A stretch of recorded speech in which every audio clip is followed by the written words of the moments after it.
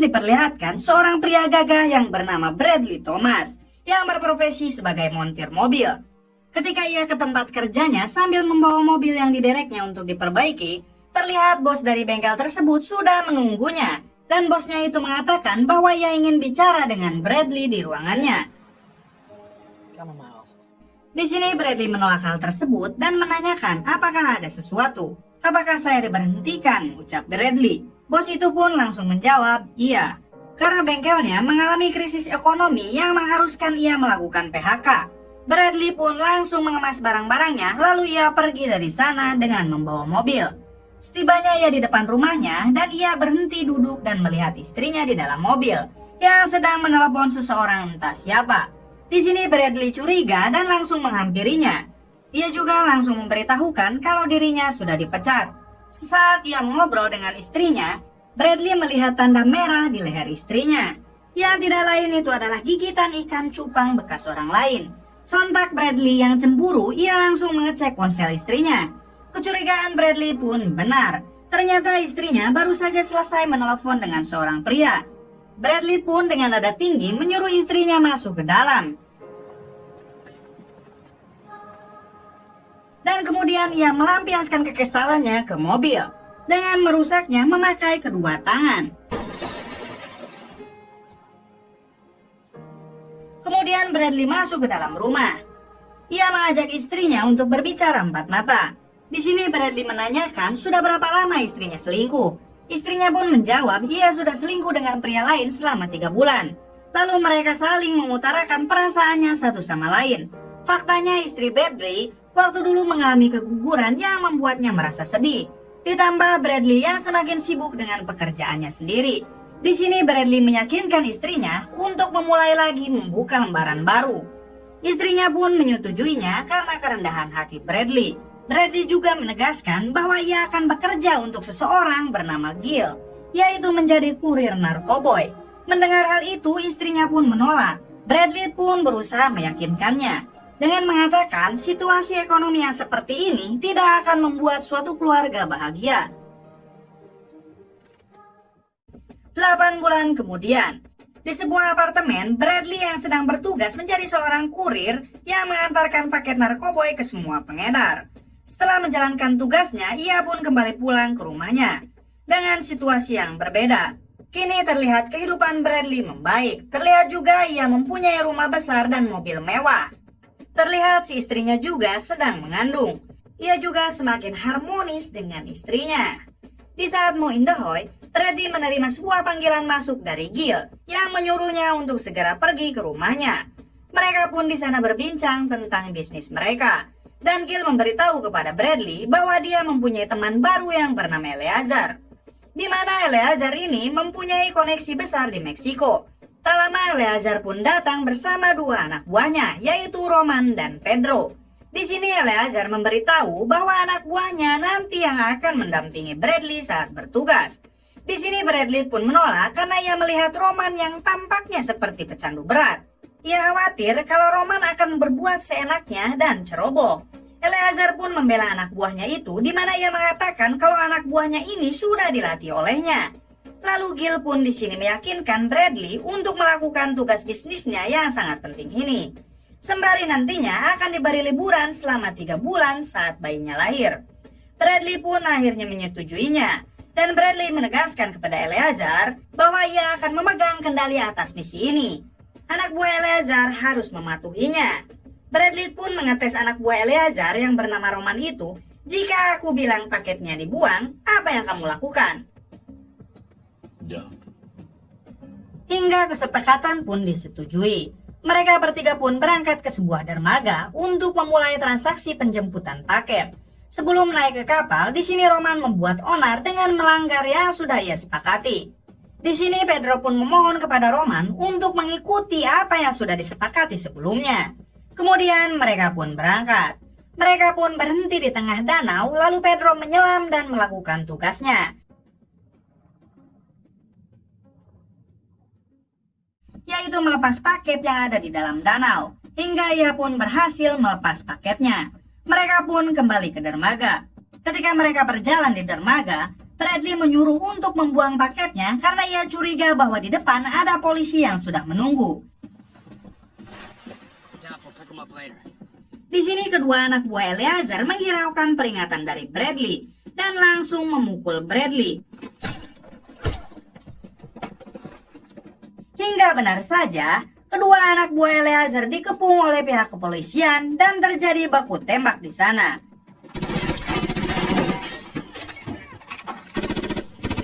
Dan Bradley yang tidak mau tertangkap, ia pun berjalan seorang diri menuju kapal. Akan tetapi saat menuju ke kapal, ia mendengar pihak kepolisian yang meminta bantuan. Sontak yang terlintas di kepala Bradley, ia akan menjadi warga sipil yang menolong pihak kepolisian. Lalu ia pun menembak Pedro dan Roman.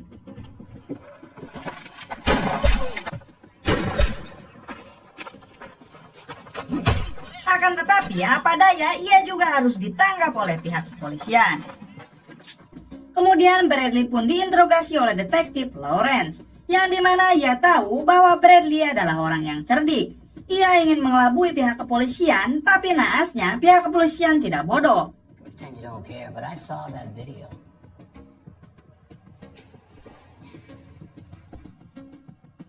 Hingga Bradley pun dijatuhi hukuman 7 tahun penjara atas pembunuhan dan kepemilikan senjata ilegal. Kemudian ia dibawa menuju penjara yang bernama Franklin R. James. Setibanya di sana, Bradley disuruh untuk melepaskan benda yang ada di tubuhnya. Ia pun akhirnya melepaskan perhiasan berharganya, yaitu cincin perkawinan. Lalu ia pun diperiksa kesehatannya dan kemudian diantar oleh seorang napi yang bernama Lefty. Bradley di sini ditempatkan di sel yang berada di atas lantai. Sesaatnya akan tiba ke selnya, Bradley dan Lefty bertemu dengan petugas yang bernama Andre. Lefty memberitahu bahwa ia adalah petugas yang akan mengatur di sini. Andre menjelaskan aturan-aturan yang harus ia patuhi selama ia menjalani hukuman di penjara ini. Yang salah satunya ketika bel berbunyi, ia harus keluar dari selnya untuk diabsen. Malam hari pun tiba. Ketika absen malam sedang berlangsung, para napi berbaris di depan selnya masing-masing. Namun Bradley yang masih tidur lelap mengharuskan mereka harus menunggu si Bradley keluar. Setelah Bradley keluar, petugas di sini langsung mendatanginya dan memberi peringatan kepada Bradley bahwa ia harus lebih disiplin lagi dan menaati peraturan penjara ini. Di suatu sisi di kediaman Bradley, yang dimana istrinya sedang tidur, terlihat ada orang yang menyusup ke rumahnya dan memecahkan jendela.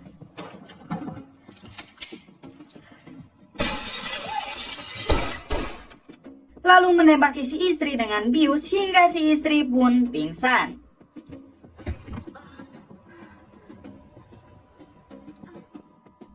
Pada keesokan harinya, Bradley menemui seorang wanita yang bernama Dennis. Dennis memberitahu bahwa ia mendapat telepon dari seorang dokter bernama Pelman. Dokter Pelman yaitu dokter kandungan istrinya sendiri. Dia menyampaikan pesan dari dokter Pelman bahwa istrinya mengalami komplikasi pada kehamilannya. Dan dokter Pelman ingin bertemu dengan Bradley langsung di penjara, yaitu pada pukul 10 pagi untuk membahasnya.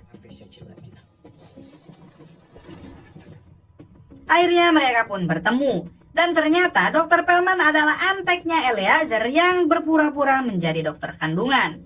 Ia memberitahu bahwa bosnya kehilangan 3,2 juta dolar atas kegagalan transaksi waktu itu. Dan ia juga menunjukkan sebuah foto istri Bradley yang telah diculik dan disekap oleh anak buah Eleazar. Dan ia juga memberitahu bahwa Eleazar mengancam dengan mengaborsi istrinya. Di sini mereka membuat negosiasi di mana Bradley harus membayar kesalahannya dengan membunuh seorang yang dijatuhi hukuman seumur hidup. Dan ia berada di pusat tahanan Red Leaf, yaitu di blok 99 yang bernama Christopher Bridge. Di sini Bradley hanya diam dan bingung apa yang harus ia lakukan demi keluarganya. Setelah itu Bradley pun dikembalikan ke selnya dengan diantar oleh Andre si petugas. Setelah sampai di selnya, ia tiba-tiba membuka sandal sepatu lalu ia memukul si Andre. Di sini ternyata Bradley berencana untuk membuat masalah dengan memukuli petugas supaya ia dipindahkan ke sel blok 99 yang berada di Red Leaf. Pertarungan sengit pun terjadi.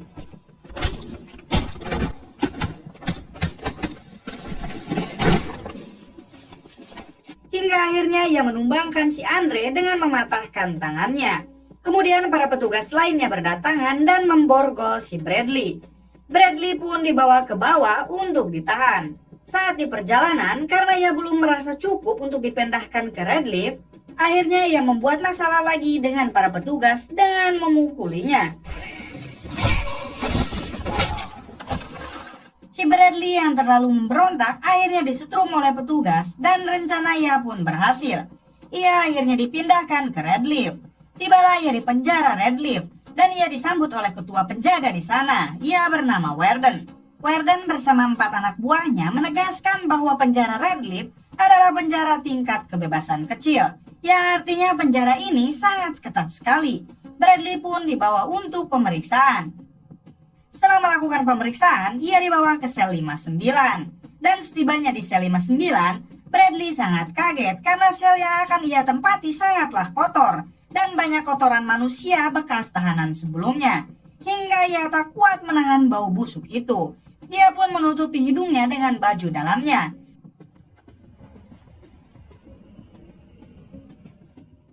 Tak lama setelah itu, petugas mengetuk selnya lalu menyuruhnya untuk keluar ke lapangan, yaitu untuk menghirup udara dengan diberikan durasi 60 menit. Ketika Bradley sedang melihat-lihat situasi penjara, terlihat ada seorang pria menghampirinya. Orang itu adalah Derek. Bradley menanyakan kepada Derek, apa kamu tahu seseorang yang bernama Christopher Bridge? Tapi di sini Derek tidak tahu sama sekali tentang orang yang bernama Christopher Bridge. Lalu Bradley melihat segerombolan napi yang sedang berolahraga. Ia pun penasaran dan menghampirinya. Akan tetapi Derek melarangnya karena mereka napi yang sangat berbahaya. Di sini si Bradley tidak peduli akan hal itu. Ia pun tetap menghampiri mereka, lalu membuat kerusuhan dan mengajak mereka berkelahi.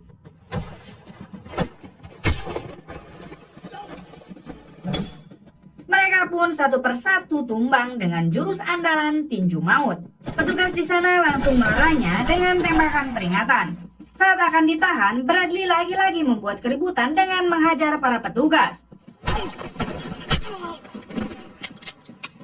Lalu akhirnya ia dibawa ke sel blok 99 dengan kepala tertutup. Terlihat sel blok 99 itu berada di ruang bawah tanah dan sangat terisolasi. Bradley dimasukkan di sana dan ia dipasangkan sabuk strum untuk melumpuhkannya. Kemudian Bradley pun dimasukkan ke selnya, yang ternyata di dalam selnya itu banyak sekali pecahan kaca yang berserakan. Adegan berpindah ke istri Bradley, yang sedang disekap dalam keadaan sangat lemas. Dan nampak ada dokter Pelman yang sedang membawa dokter aborsi. Di sini si ahli aborsi tidak melakukan aborsi dulu. Akan tetapi ia hanya melakukan pemeriksaan awal saja.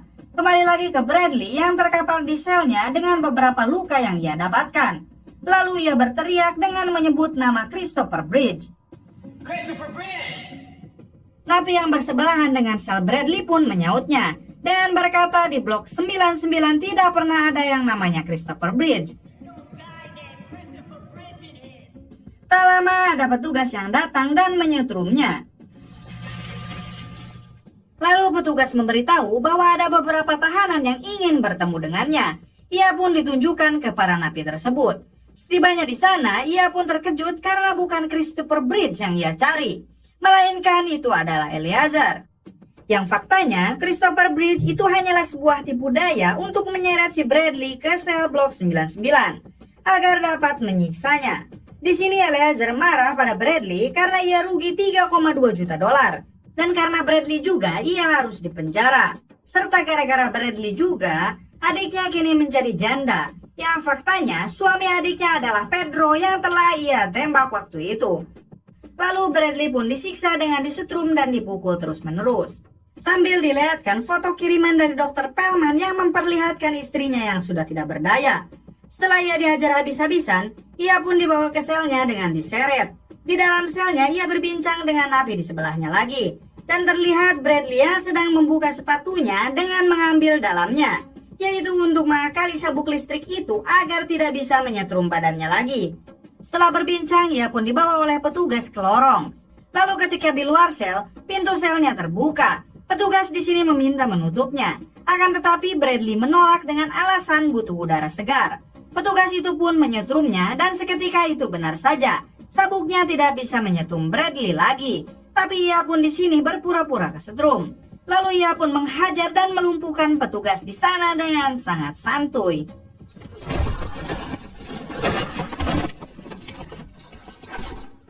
Kemudian ia menuju lorong, di mana Eleazar dan anak buahnya berada. Setibanya di sana, ia pun langsung menghajar anak buahnya yang bernama Johnny dan menghabisinya sampai muka tulangnya terlihat. Lalu diikuti dengan kedua anak buahnya yang lain.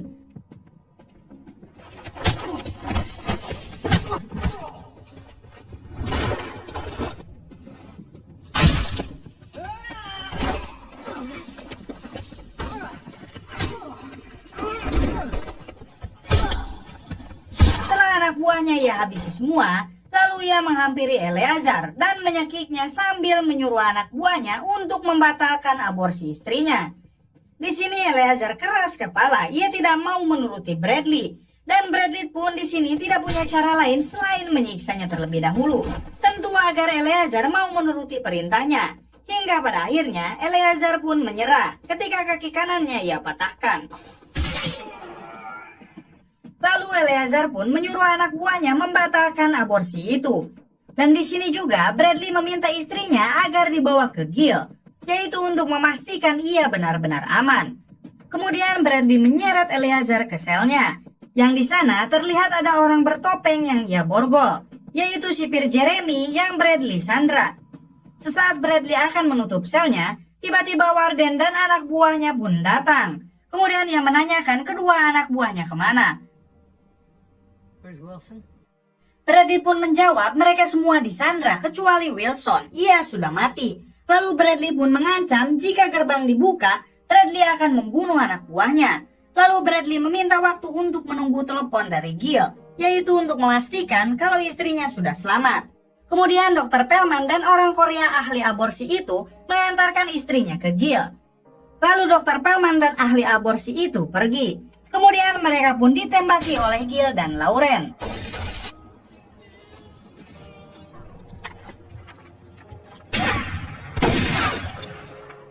Setelah keadaan aman, Gil pun menelepon dan mengonfirmasi bahwa istrinya sudah selamat bersamanya. Ia pun lalu memberikan HP-nya ke Lauren untuk berbicara dengan Bradley.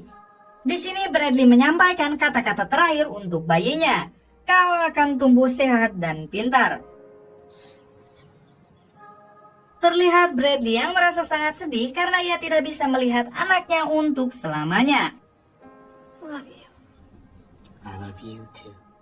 Kembali ke penjara, Bradley di sini menghampiri Eleazar, kemudian menghabisinya sampai kepalanya copot. Pada akhirnya Bradley di sini pun mati ditembak oleh Warden tepat di kepalanya. Kemudian film pun tamat. Bagaimana menurut kalian? Itulah salah satu pengorbanan seorang ayah untuk istri dan calon anaknya. Kisah yang dapat kita ambil dari film ini yaitu hargailah pengorbanan seorang laki-laki. Terimalah semua keadaan laki-laki tersebut. Dan apabila kalian disakiti, saya punya tutorialnya, yaitu duduk diam sing anteng, tarik nafas yang dalam, keluarkan sambil berkata, ya udah gak apa-apa. Terapkan hal itu ketika masalah menghampiri Anda, maka semuanya akan aman terkendali.